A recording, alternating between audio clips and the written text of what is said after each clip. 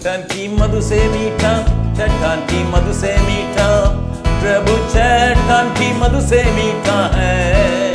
चक्कर देखो प्रभु बाला है, यीशु चट्टान की मधु से मीठा है। चट्टान की मधु से मीठा, चट्टान की मधु से मीठा, यीशु चट्टान की मधु से मीठा है।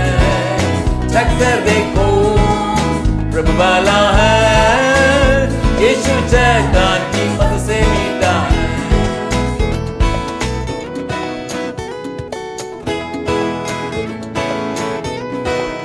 चट्टान की मधु से मीठा, चट्टान की मधु से मीठा, प्रभु चट्टान की मधु से मीठा है।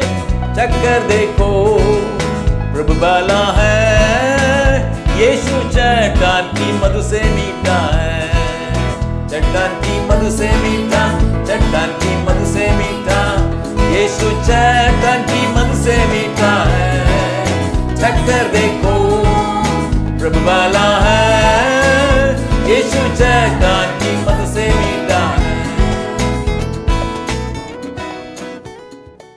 जब मैं कुछ साल के पहले यमन देश गया था प्रभु के सेवकाई को लेके, वहां के लोगों ने मुझे चट्टान की मधु को चखाया और जिसको मार्केट में बेचते भी मैं देखा। उसका मधु का टेस्ट है अलग रहा, क्योंकि चारों तरफ चट्टान चट्टान चट्टान है, इसलिए मधुमक्खी को कई दूर तक जाके उस मधु को बटोरने का आदत रहने के चलते उस मधु का जो स्वाद है बिल्कुल अलग रहा। उससे मैं समझता हूं, उससे भी बढ़कर प्रभु यीशु मसीह हमारे लिए कार्य करने के लिए उतना प्यारा है करके जब हम मिलके गाए थे, वो बात किस प्रकार सुंदर हो सकता है। लगातार प्यारों, मैं आपसे हर एक हफ्ता प्रभु यीशु मसीह के अद्भुत कामों से, जिसको बाइबल सुसमाचार की किताबों में वर्णन करती है, बांटते और आपको यीशु के बारे में सुनाते और यीशु की सामर्थ और ताकत के बारे में बतलाते आता हूं। आप भी कुछ एपिसोड्स को सुने होंगे। आज भी मैं एक घटना प्रभु यीशु मसीह संसार में जब थे जो हुआ उसको मैं बतलाते हुए आज भी वो करने के लिए तैयार है, उस बात को आपके सामने पेश करते हुए आपके लिए दुआ करने के लिए चाहता हूं। यीशु एक जगह अपने चेलों के साथ जा रहा है। इसको मत्ती रचित सुसमाचार 8वां अध्याय में हम 28 पद से पढ़ते हैं। जब वो उस पार गदरेनियों के देश में पहुंचा तो दो मनुष्य जिनमें दुष्टात्माएं थी खबरों में से निकलते हुए उसे मिले थे। यहां दो व्यक्ति जिसमें दुष्टात्मा समाये रहते थे, उनको हम देखते हैं। उनका रहने का स्थान कब्रिस्तान है।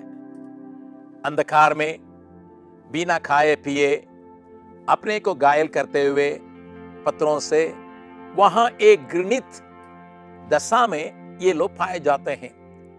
रात दिन चिल्लाते हुए उधर रास्ता में जाने वालों को परेशान करते हुए वे जी रहे थे।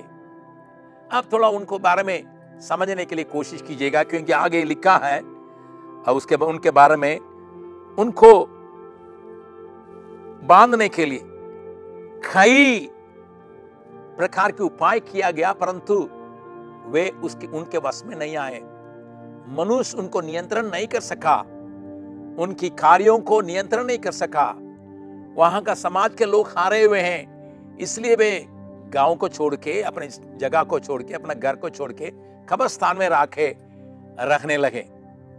प्यारों, पाप जिसके जीवन में रहता है, जिसको करने के लिए शैतान मनुष्य को उस्काता है, उसकी मांस की अभिलाषाएं उसको बांध के रखता है, उसका हालत भी यही है।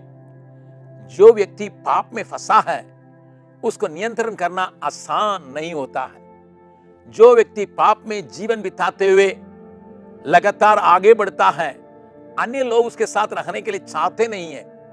वे न केवल अपने परिवार को परंतु समाज के लिए बहुत हानि पहुंचाते हैं। इसके चलते उनको एकांत में जाके चिल्लाते रहना पड़ता है, जिसके जीवन के चलते कई लोग परेशान हैं। कुछ लोगों का पाप तो बाहर प्रकट है, कुछ लोगों का पाप भीतर छिपा हुआ है।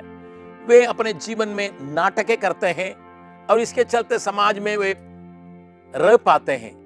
परंतु अनेक लोगों का पाप प्रकट है जो उनको, उनके साथियों को, उनके साथ रहने वालों को परेशानी में डालता है। उस दशा में ये लोग पाए जाते हैं।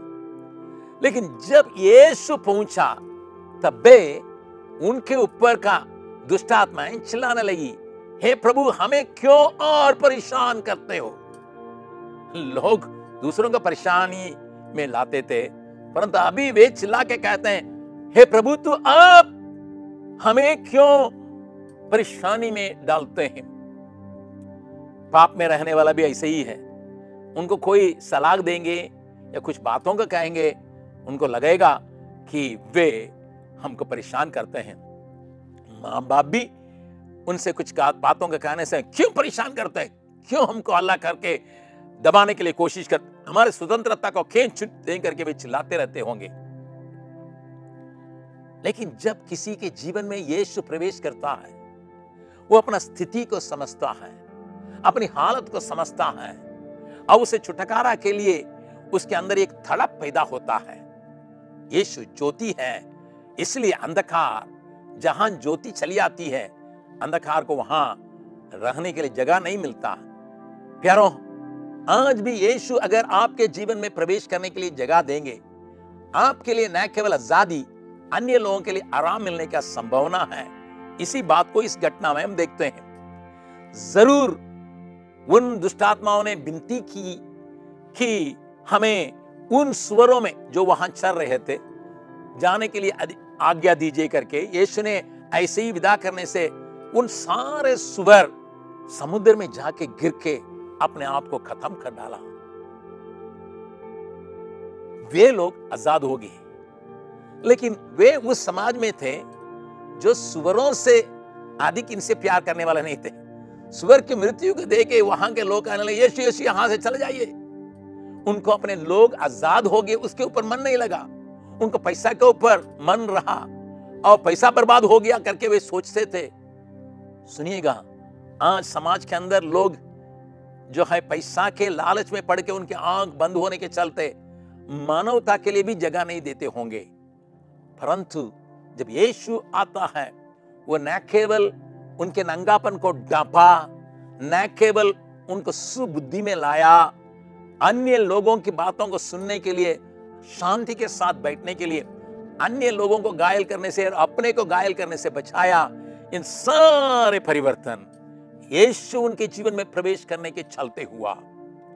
आज आप न केवल अशांत रहते होंगे, परंतु अन्य लोगों के शांति के लिए भी आप बहुत बड़ा धक्का देने वाले होंगे। शायद आज आपके चलते आपके परिवार भी परेशान रहता होगा, आपकी बीवी, आपके बच्चे या आपके माँ बाप, आपके भाई बहन परेशान रहते होंगे। शायद आप इसको महसूस भी नहीं करते होंगे, लेकिन जब यीशु मसीह आपके जीवन में प्रवेश करने के लिए एक मौका मिले, तो वो आपके जीवन को एक आशीष का कारण बना देगा, जिसके चलते लोगों के बीच में एक शांति, आनंद आने की संभावना है। इस घड़ी में जब आप सुनते हैं, भविष्यवाणी के रूप में मैं ये कहता हूं, आपके जीवन के चलते बहुत लोग परेशान रहते होंगे। थोड़ा सा सोचिए, क्या आप आशीष का कारण बनने के लिए चाहते हैं? यीशु मसीह आपके जीवन में चले आने के लिए चाहता है। इन दोनों को आप देखते हैं वस्त्र पहनते हुए, यीशु के पांव तले बैठ के वचन को सुनते हुए, दूसरों के जीवन के चकित कराने के काम में जगह पर वे आ गए हैं। आपके जीवन भी आश्चर्यजनक होने की संभावना है अगर आप यीशु के पास आए। यीशु के पास आओ, मुक्ति को अपनाओ। यीशु के पास आओ, शांति को अपनाओ। यीशु के पास आओ, पापों की क्षमा को पाओ। यीशु के पास आओ, शारीरिक चंगाई के लिए भी आप उससे विनती कर सकते हैं, जिससे आप परमेश्वर की स्तुति प्रशंसा लगातार कर सकेंगे। वो आज के दिन होने पाए, वही बात आज के दिन आपके जीवन में बीतने पाए। परमेश्वर आपके साथ कार्य करने के लिए चाहता है, क्योंकि उसने आपको बनाया, वो नहीं चाहता आप शैतान के हाथ में होके अपने जिंदगी को बिगाड़ डालें, शैतान के साथ होके आप अपने जिंदगी को बर्बाद ना करने पाए। बाइबल बतलाती है शैतान और उसके स्वर्गदूतों के लिए नरक तैयार किया गया है। वो चाहता है कि आपको खींच के अपने साथ नरक के संतान के रूप में रखने के लिए उसके हाथ में से प्रभु यीशु आपको छुड़ाने की ताकत रखता है। आज सारे नामों से ऊंचा नाम जिसके सामने हर एक घुटना टेकेगा, हर एक जीव अंगीकार करेगा, वो नाम आपको छुड़ाने की ताकत रखता है। इसलिए यीशु का नाम लीजिए, पुकारिए और उसके पास आइए ताकि आप स्वतंत्रता को प्राप्त कर सके। क्या मैं आपके लिए प्रार्थना करूं? मिलकर प्रार्थना करेंगे? आप मेरे साथ मिलकर प्रार्थना करेंगे? आइए हम प्रार्थना करें। अनुग्रहकारी पिता, तू लोगों के ऊपर तरस खाता है, उनकी हालत को देख के तरस खा के उनको मदद करने के लिए, उनको शत्रु शैतान के हाथ में से छुड़ाने के लिए हमेशा तत्पर तैयार है।